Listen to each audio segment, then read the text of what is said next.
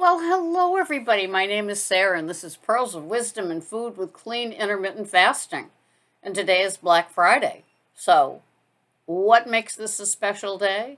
Well, this is a day that you promised if you did things yesterday to enjoy your Thanksgiving without too many rules and restrictions and deprivation, that you would hop back onto whatever food plan it is that you follow and adhere to and have no problem with. Right. So today's the day. Oh, are you forgetting about that and thinking about all the things that were left at your house or packed for you to take home from whatever house you enjoyed the meal in? Oh, I'm familiar with all of that.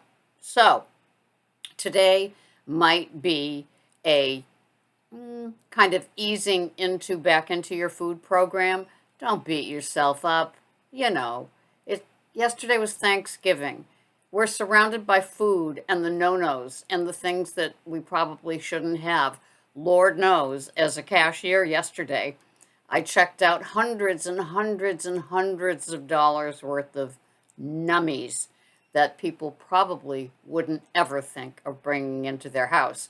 In fact, it was very rare to find people that were just buying pears or apples, maybe some brie cheese, I don't know. But for the most part, it was high carb, high white flour, bad oiled things that make people happy except for our digestion. But anyway, forgive yourself.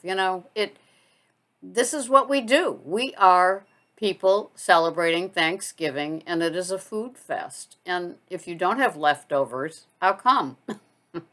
So, do what you have to do today. It could be not put your head on the platter and just devour it, and the strict and structured that you do the other 51 weeks of the year. Forgive yourself, ease into it, and make today a compromise, a little of everything. But, don't beat yourself up. I'm not going to. I'm working. So I've got a 6 hour shift of shopping and cashiering coming up. And so I will be busy doing that. And so anything that I overindulged with yesterday, I will be working on working off today and getting rid of that beached whale feeling. And, you know, when I talked yesterday, or the day before yesterday, day before Thanksgiving, and I talked about, planning to fail, today isn't a planning to fail day. Today is a planning to just get through the day, do what you have to do. If there's something about the leftovers that you can't resist, enjoy it. And just, tomorrow's Saturday. Tomorrow's clean sheet Saturday. Let's rip that off. Let's have a great Saturday tomorrow. What is it? The 26th of November, all the way to Christmas or Christmas Eve. And just do the best you can. This is the tough time, and we know it.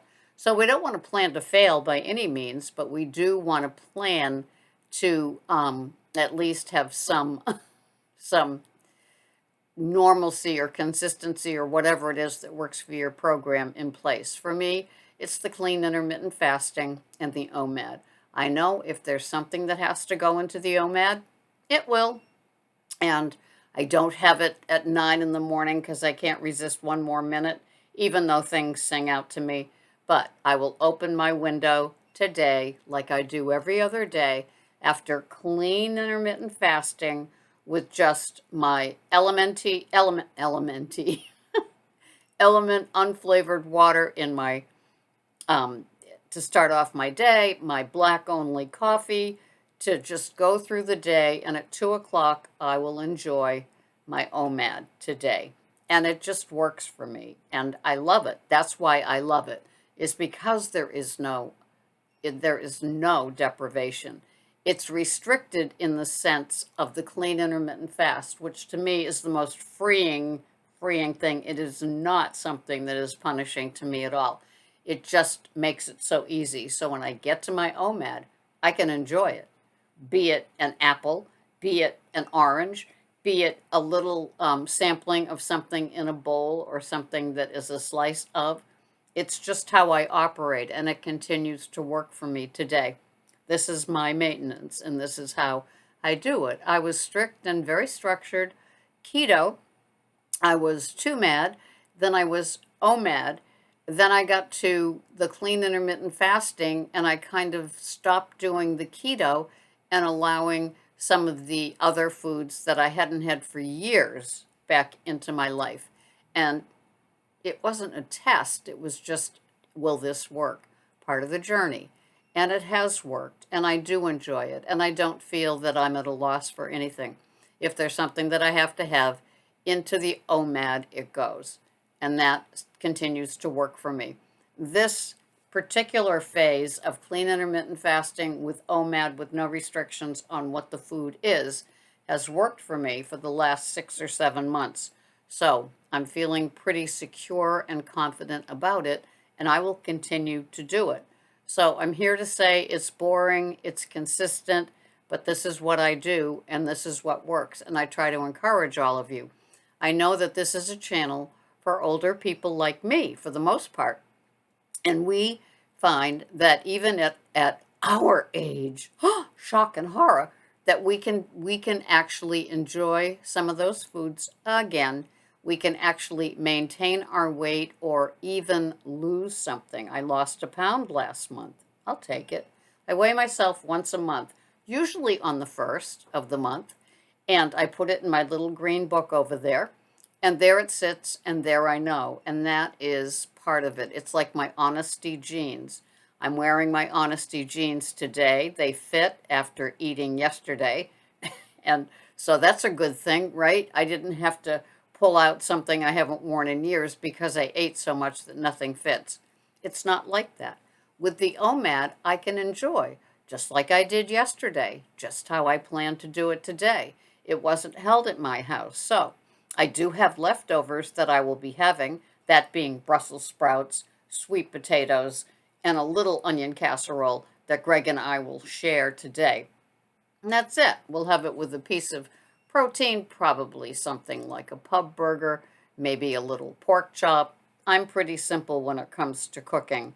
I like foods done a certain way. I don't fear the fats. I have ghee. I cook with ghee a lot. I buy the organic Carrington jug. It's about $54 now on Amazon. I keep that. The coconut oil, macadamia nut oil, avocado oil, olive oil, spray ghee, spray coconut oil, spray avocado oil, spray olive oil in my all next to my stove. So at a moment I can just reach for whatever Earl I'm going to use to cook with, and it continues to work for me. I'm due to order another jug of the ghee, and excuse me, and I love it, and it works for me. I love my butter. I love my grass-fed butter. I don't fear the fats. It seems to be okay in my body, so I have it. I don't have the seed oil ones. No canola, no vegetable oil. Yesterday, somebody bought some. It said 100% pure canola oil, and I'm thinking of, like, of course I don't say anything when people buy things like Blue Bonnet. I actually sold a 4-stick package of Blue Bonnet the other day, and I just cringed. I just thought, this can't be good for you. But I never saw a canola tree, plant, bush, or seed. Canola is not a safe oil for you. It is part of the seed family that you don't want. And so if you stick with things like ghee and coconut oil and butter and olive oil, avocado oil, you are in good company. And some have a high heat, so you can cook things like avocado is great for like a stir fry, something like that, and stay away from the no-nos. The seed oils are what creep into most of the processed foods that we see on our shelves, in our bakery section, in our breads, all of that kind of stuff. It's everywhere. And so people think that canola oil's not a naughty oil, but it is. And so if you want to practice avoiding it, or if you have to have it, just know that it's not the best choice, but sometimes we don't have a choice when it comes to things that are put into our, already ready processed foods that we buy. It's just the American way. You know, we can do the best we can until there's something that we need and it's got that canola oil in it. So just look out for that. Well, anyway, enjoy your Friday. You know, do what you have to do. If you stick to your clean intermittent fasting and your OMAD, you're probably the safest you're going to be. It's a structure that just works for me. I'm a member of the No Matter What Club, which means during my clean intermittent fasting, it is plain water, it is mineral water that's unflavored, it is coffee that's unflavored, unsweetened, uncreamed, and my element package that I put in my warm water in the morning. And that's it. When I get to OMAD, it's what I want for the day. And it's basically, after I've given myself permission to have whatever I want, it's not a crazy food frenzy. It's sane, good foods, veggies. You know, I'll have a Yukon potato. I'll have a sweet potato with butter. It works. And so I'm going to continue to work it. Have a wonderful Friday. Thanks so much for watching. This has been Sarah, Pearls of Wisdom and Food with Clean Intermittent Fasting. Have a grand day. Bye-bye for now.